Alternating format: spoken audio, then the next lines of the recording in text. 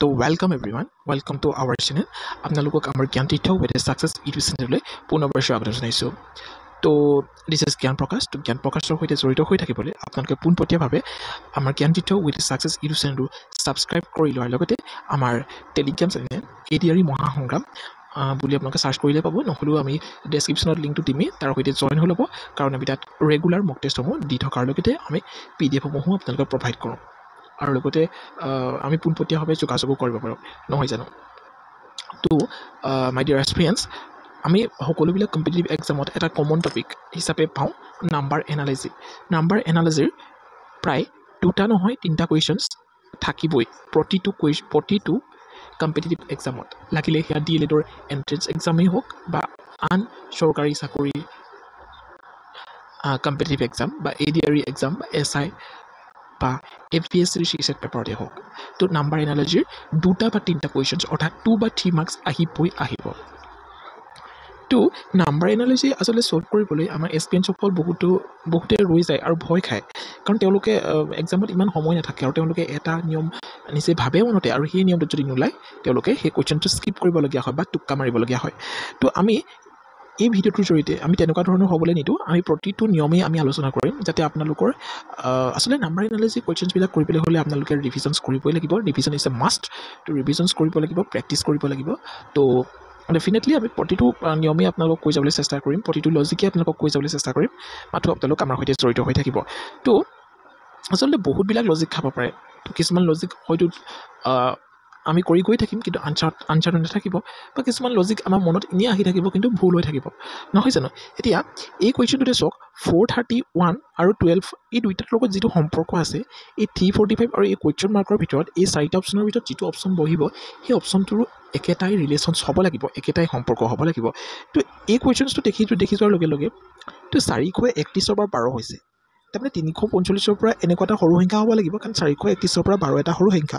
তো 345 পৰাও এটা সৰু সংখ্যা হ'ব লাগিব, আমি সেয়া গম পালোঁ। আৰু এই গোটেইখিনি সৰু সংখ্যাই আছে 345তকৈ। তো এতিয়া আমি ক'ব নোৱাৰোঁ, ঠিক আছে? তো ইয়াত আমি কৰিবলৈ হ'লে আমি এই 12ৰ পৰানো 431 কেনেকৈ পাইছোঁ? 12 স্কুৱেৰ কৰিলে 431 পাইছোঁ নেকি? নাই পোৱা, কাৰণ 12 স্কুৱেৰ 144। তো সেই স্কুৱেৰ কৰি চাব পাৰোঁ, কাৰণ সৰু সংখ্যা এটাৰ পৰা ডিৰেক্টলি ডাঙৰ এটা সংখ্যা হৈ গৈছে। আমি মাল্টিপ্লাই কৰিব পাৰোঁ। তো 12ৰ লগত এনেকুৱা কোনো সংখ্যা নাই যি মাল্টিপ্লাই কৰিলে 431 পাম। গতিকে কাৰণ আমি গম পাইছোঁৱেই, তো 12ত 2 আছে আৰু এইফালে 1 আছে, তো ডেফিনেটলি কেতিয়াও এইটো সংখ্যা নোলায়গৈ। তো এতিয়া আমি কি কৰিম?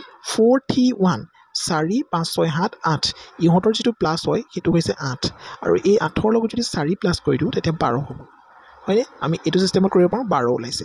তো ইয়াতো আমি সেইধৰণে কৰিম, 4 5 6 7, 7 5 12, তো ইয়াত 12 আহিলে 12ৰ লগত আমি 4 এটা প্লাছ কৰি দিম, তো 16 হ'ব।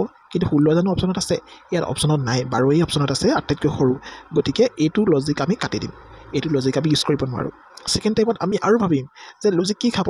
তো আমি ইয়াত কি কৰিম? 4 × 3 × 1 কৰি দিম, মানে 4 × 3 অৰ্থাৎ 4 3 = 12, 12 × 1 12ই হ'ল, হয়নে?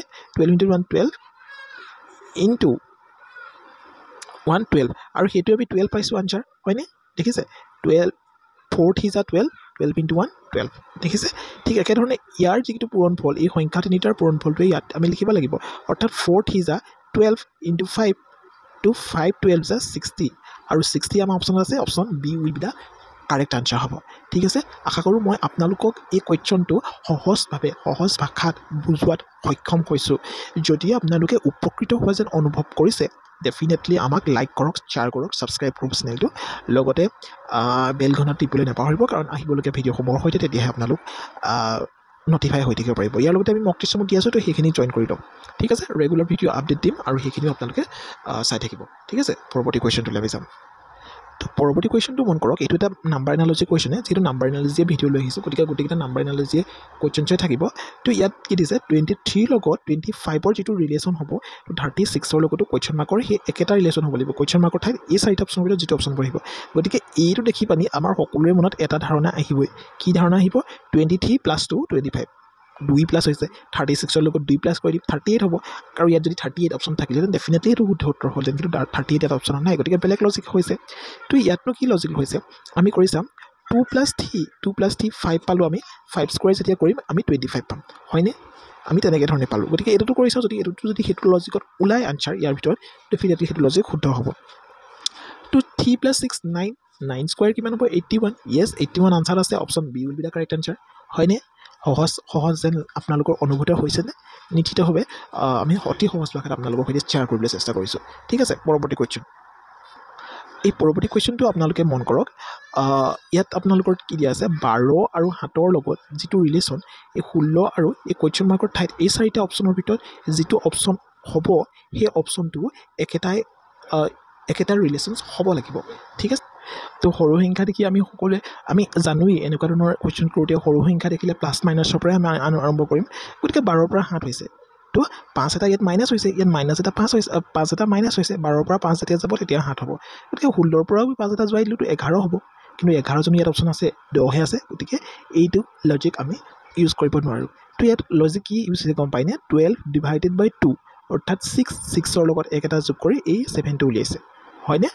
ঠিক একেধৰণে 16 / 2 আধা কৰিছে তো 8 ওলালে নহয় জানো +1 জুখিলোঁ 9 অপশ্যনত আছে yes option B will be the correct answer মানে আপোনালোকে লজিক দুইটাৰ ক্ষেত্ৰতে একেটা উলিয়াব পাৰিব লাগিব সম্পৰ্ক একেটা হ'বই লাগিব আৰু তেতিয়াই গম পাব আপোনালোকৰ আনচাৰটো শুদ্ধ হৈছে তো এনেকুৱা ধৰণৰ সৰু সৰু আপোনালোকে যিবিলাক লজিক সেই লজিকসমূহৰ সৈতে চিনাকি হৈ ল'ব কাৰণ বেলেগ বেলেগ লজিক ধেৰ নাই তো যিখিনি আছে সেইখিনি আপোনালোকৰ সৈতে আমি শ্বেয়াৰ কৰিম আৰু সেইখিনি আপোনালোকে প্ৰেক্টিছ কৰক ৰিভাইজ কৰক ডেফিনেটলি আপোনালোকৰ সুবিধা হ'ব পৰৱৰ্তী কুৱেশ্যনটোলৈ আমি যাম তো এই কুৱেশ্যনটো অলপমান বেলেগ পূৰ্ব প্ৰশ্নকেইটা আহিছে নহয় জানো তো এইটো লেটাৰ নাম্বাৰ 6 আহি গ'ল তো ইয়াত ডি ইৰ 10ৰ সৈতে যিটো সম্পৰ্ক এইচ আই কুৱেশ্যন মাৰ্কৰ ঠাইত এই চাৰিটা অপশ্যনৰ ভিতৰত যিটো অপশ্যন হ'ব তাৰো একে ৰিলেশ্যন হ'ব লাগিব এতিয়া ডি ইনো তেহেঁতৰ লেটাৰ কোডটো কি এ বি চি ডি তো ডি 4 নম্বৰত আছে ই 5 নম্বৰত আছে আমি এইটো লিখি ল'লোঁ আৰু এইচ আছে 8 নম্বৰত আৰু আই আছে 9 নম্বৰত ঠিক আছে তো 5 × 4 = 9